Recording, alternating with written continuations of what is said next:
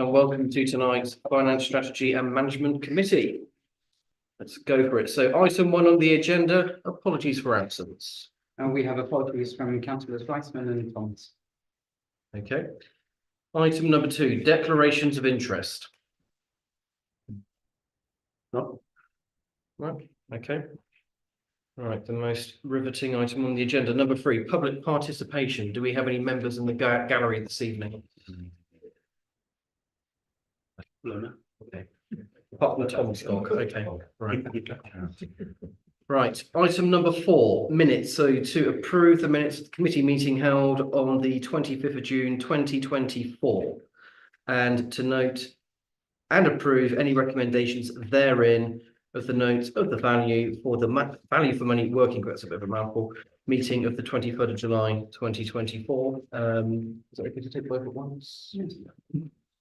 Do I have a proposer? Councillor Gavrishak. Yeah. Councillor Clark. Okay. All those in favour?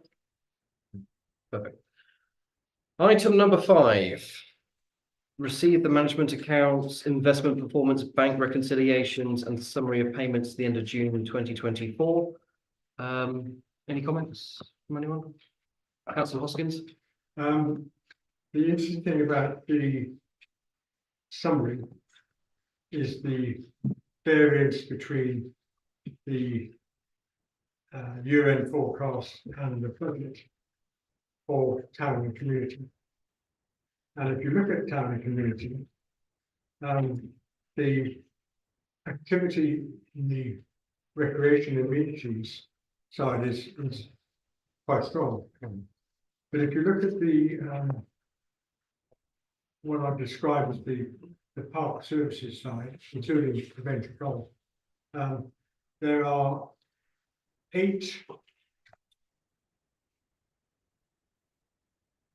7 activities listed. 6 of which are below the forecast for 24-25. And I don't know why they're all, it's this screen. The only one that actually is above the budget is cemetery services income. Sure. So on a couple of the items, so venture golf and car park income, much of that is very weather dependent, and we've had an extremely wet start to the year. Even then, the adventure golf, the forecast profit or surplus for the year is still over 50,000, which is still very, very good. It's just not as good as we had first imagined in the business case, but it has been a very wet start to the year. Cemetery income we don't really control. At least I don't think you do. There's a number of different jokes there, really, isn't there? I have put a comment underneath. So on that page number 15, there is a comment about the cemetery income, or there should be a comment showing. So the cemetery income is, yes, it's higher, and we don't control that, but we've also had interment fees for non-residents, which is higher fees. So that's one of the reasons. Allotment income is broadly there or thereabouts. It's kind of 200 10% below. £200 is that? It's 10% below. I mean, if you look at them, they are 12% below, 65% below, 10% below, 6% below, 12% below. So with the allotment income, we've got a few vacant allotments at Waterman's, which are being renovated, ready to be used, and we've got people on the waiting list ready to use them. We don't actually get the income from those until October, but that will, you just need a small number of those, and that's your £200 there. The temporary moorings income, it's again, it's slightly weather dependent, but also it will really the income that we were expecting from Regatta didn't materialise. The income was slightly up on last year, but the number of actual moorings was down. Basically, it looks like we set the amount a bit too high for more, but we discussed that last week. No value for money. Jubilee Park income.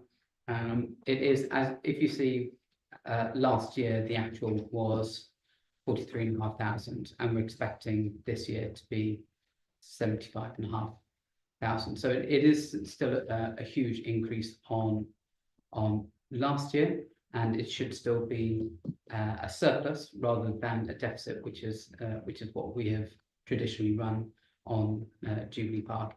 The reason it's going to be slightly down is that we were doing it based on the number of bookings that we had last year.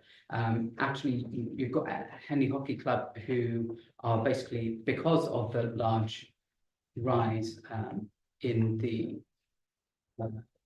higher fee, they're looking to basically, there were lots of slots that they had last year that they just didn't use, but they didn't cancel.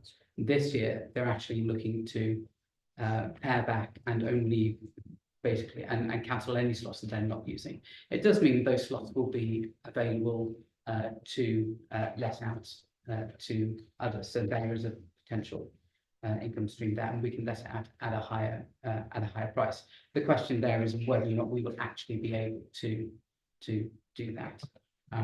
So that's why that's slightly down on, well, 9,000. It's considerably down on what was budgeted, but the forecast it's still a big increase on previous years.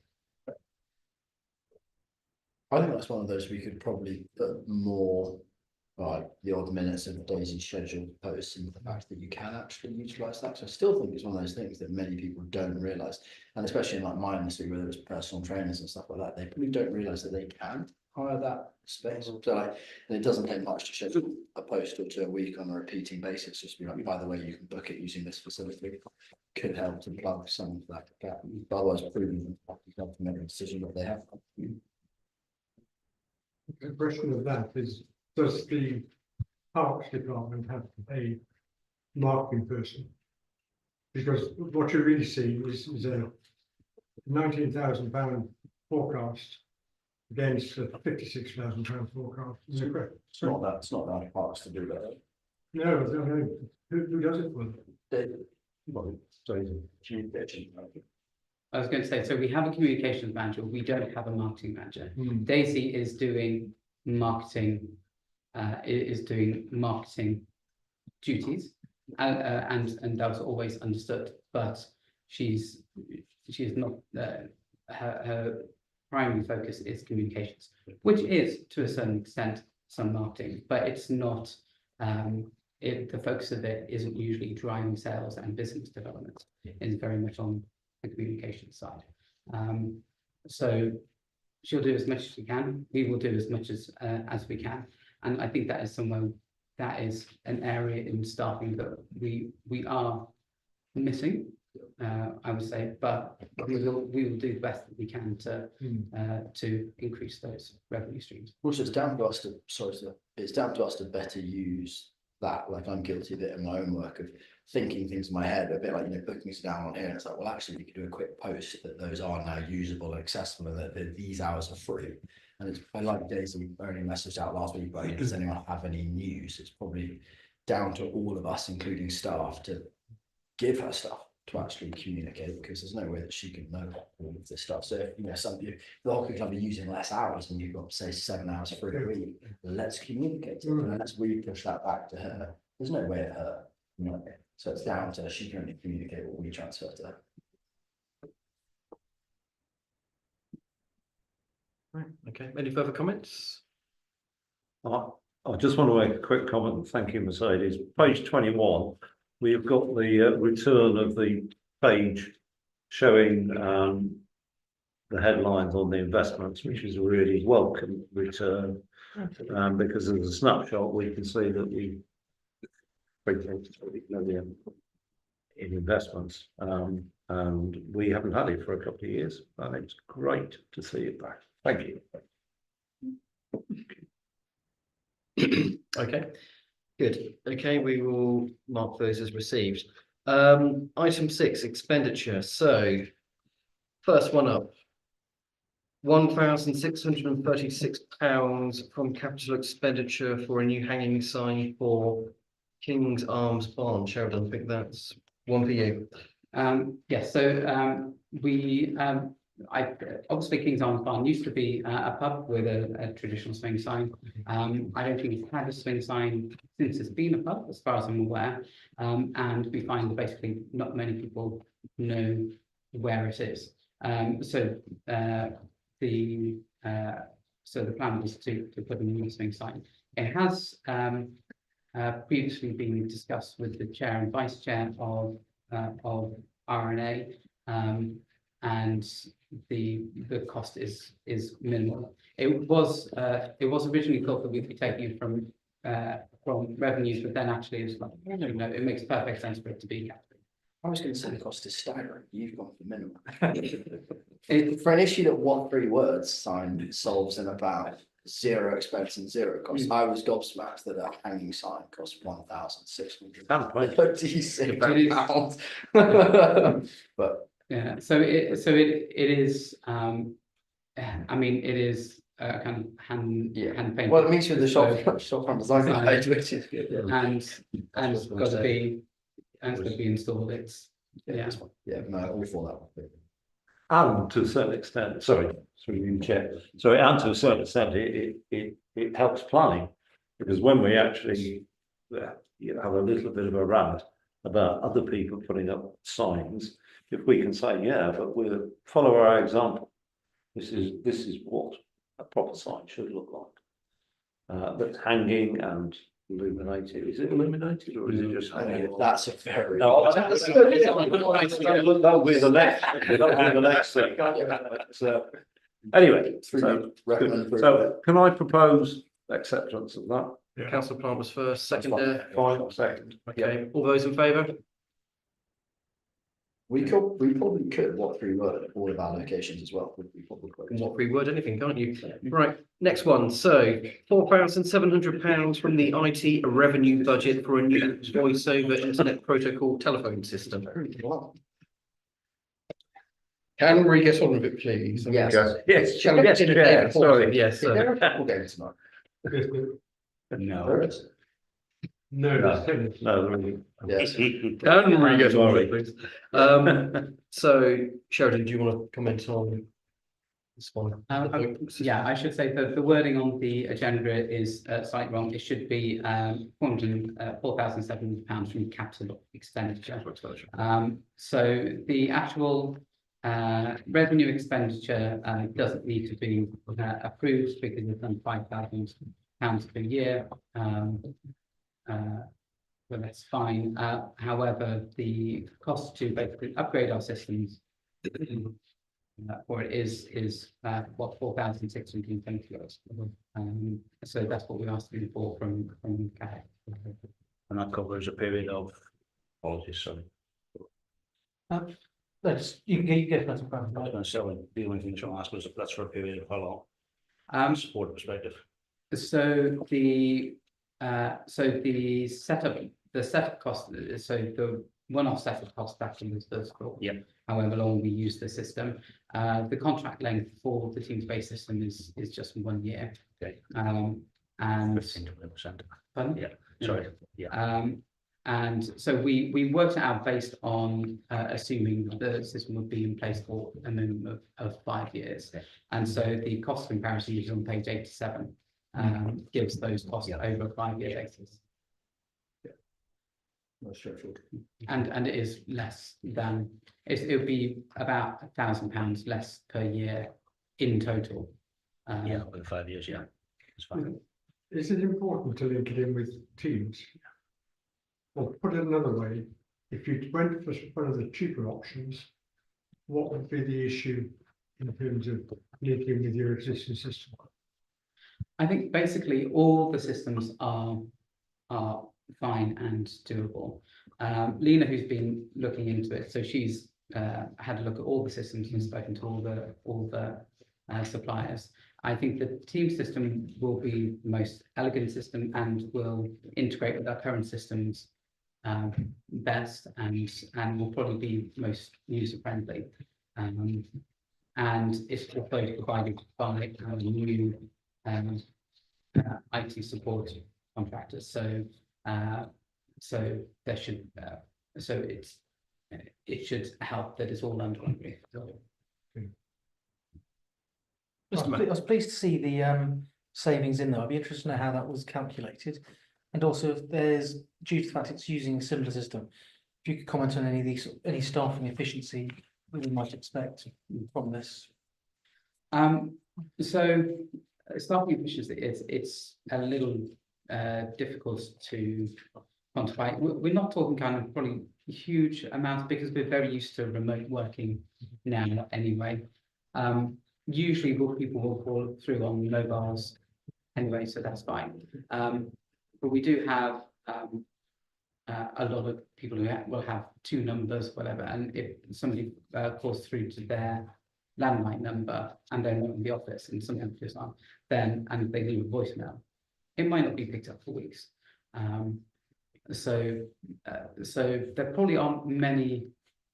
You probably won't see many indirect cost savings as part of this. It will just make things a bit more seamless and a bit more professional, I suppose. And also from a resourcing perspective, we do have to replace. You got people who are more used to digital work. It is trying to keep up with what the right answer is. I think that's Still, I'd like to propose that we accept as per the agenda. Okay, do we have a seconder? Councillor Buckley, all those in favour? Okay. Carried, right. What's going on over the place? Right, item 7, policy. So we'll look at each of these in turn. So to review and adopt the following. So the first one is a complaint policy. Touch wood, we haven't really needed a very robust complaint policy because we don't get too many formal complaints. However, our current complaints policy isn't very good. As part of the work that I'm doing to basically get us up to gold award standard for the local council award scheme, one of the things that need looking at is our complaints policy. And so we basically just drafted a more comprehensive policy than we previously had. And I don't have much to add unless anybody has any questions. I thought it was very straightforward. The only thing I thought humorously when you laughed to yourself is like, how serious does it need to be to take an anonymous complaint seriously? But that was purely I wonder what level. Yeah. Otherwise it reads perfectly well. It's fun. Yeah. Mr. Mayor. Yeah, the only one I would say is that on the complaints panel, first clerk, mayor, deputy mayor and chair of FSM. Should there be something about perhaps deputy chair of FSM standing in if the chair is held by one of the other roles to ensure that you have a full panel? Because it's possible that the chair of FSM could be mayor or deputy mayor. Yeah. Otherwise, We need to try and keep things impartial as well, so I think that would. Yeah. If you're happy with that. Yes, that's absolutely fine. Okay. Any further comments? Okay. Just to get that one through, we can just. Yes, please. Okay, all right. So all those in favour? Well, actually, let's do this properly. So can I have a nomination, please? happy to. Councillor Hunt, seconder, Councillor Plant, all those in favour? Okay. Cool, okay, next one, the model publication scheme. It's something that we should have in place. Yep. And to my great surprise, we don't have in place. It's one of the things that was one of the few things that was picked up by the internal audit. With this, we don't have to. It's in fact we shouldn't amend the model publication scheme at all. We should adopt it as is, and obviously make sure that we're following it, which we are. Okay. Any comments? Very tedious documents. It's just. You expect something fun to be on? This is where everybody signs that, it's like, yes, and yes. The tedious Yes. paperwork. Yes. Paperwork counts. I adopted all as it. So. It's the sort of document you get excited about. Ian Rice would have been like that. Ian would have been all over that. He'd be like, Oh, yeah. Civil service at its best, Lawrence. "Whoa." It sounds like a Cromwellian version though, doesn't it? The model I army. know, mate, who writes these things? Anyway, yes. Send the Irish to the plantations. Yeah. Okay, so Yes, yes. nomination for approval, councillor Plant, seconder, councillor Hoskins, all those in favour? Thank you, right, okay. Right. Item number 8,